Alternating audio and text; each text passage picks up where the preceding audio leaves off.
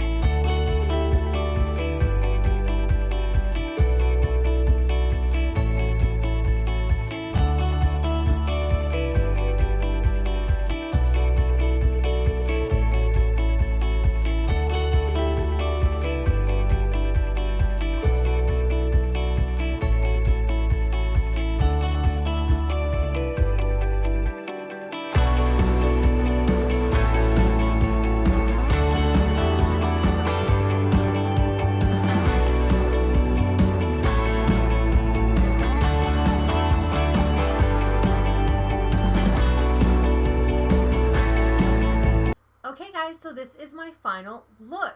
I really love the way this has come out. It's a hell of a lot better than I thought I was going to be able to do. I have gotten a little bit of direction from my friends, but you know, for what I came up with, I'm really stoked about this. I hope you guys like it as well. If you did, please give this video a thumbs up. Don't forget to subscribe. Hit that notification bell so you know every time I upload a new video, and I will see you soon.